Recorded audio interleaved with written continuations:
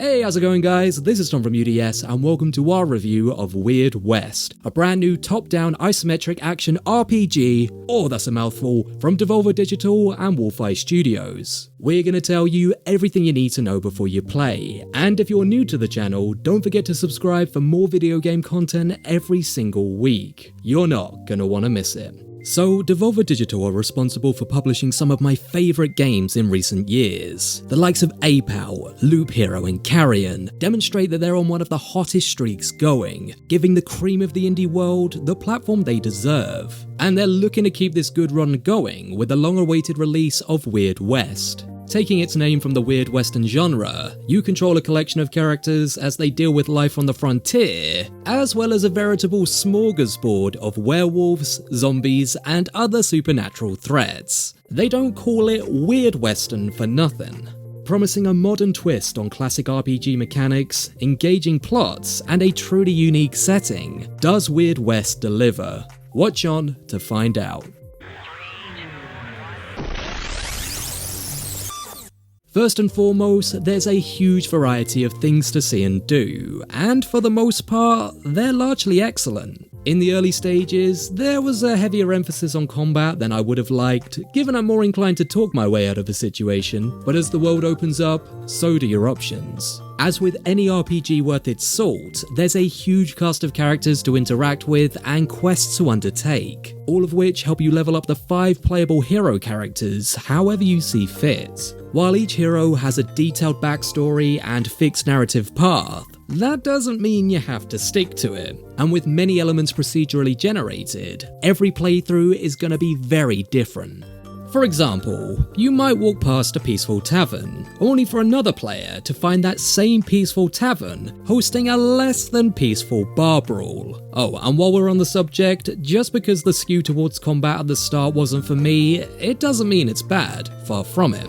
Not only does everything feel super slick as you swap between a variety of different weapons, but the setup of levels makes for some truly intense set pieces. You'll have to survey the landscape pretty quickly, taking in the location of cover and exploding barrels to make sure you have the leg up on your opponent. And very few games since Red Dead 2 have made me feel like I'm really in an Old West shootout. Anyway, the procedurally generated elements of the game aren't just limited to random encounters, but also shape the path your characters take. So what I mean is, although each character has a path they're meant to take, what would happen if, I don't know, you shot a key NPC you were meant to interact with later on, endeared yourself to the wrong people, or got turned into a pigman? Well, the game responds to these events, and dynamically adapts the narrative accordingly. Using what the developers have coined narrative Legos, the next chunk of the story gets slotted in depending on what you've done before. It's a really cool way to augment that sense of immersion and role-playing, an element that sometimes gets overlooked in the genre, which is weird because it's literally the first letter in RPG, but what do I know? And the lack of a fixed narrative path allows the world to exist and function in a truly natural and living way.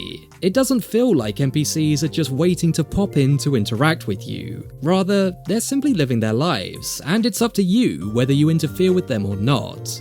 You might find a coven of witches summoning the undead, as you do, and it's really up to you whether you join them, stop them, or just yeet yourself out of the situation entirely. To be honest, it all makes you feel quite insignificant, but I mean that as a huge compliment. It just demonstrates how rich the world is, and how it continues with or without you, and it's super rewarding to uncover how it all works, and how you can take advantage of it. And it goes without saying, when you throw the supernatural into a Wild West setting, you know the aesthetic is gonna be super cool. The gloomy yet somehow vibrant vibe, oxymorons are my passion, suits the tone of the game perfectly, as does the dirgy soundtrack simmering in the background. It might have been said before, but the best comparison is Red Dead blended with Dishonored, which makes sense as some of the minds behind the latter are involved here too.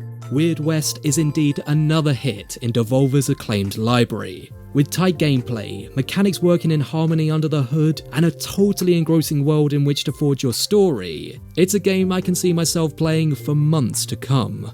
I also really hope it opens up the door for more games to explore the weird western genre. Undead Nightmare 2, Rockstar? Hint? Hint?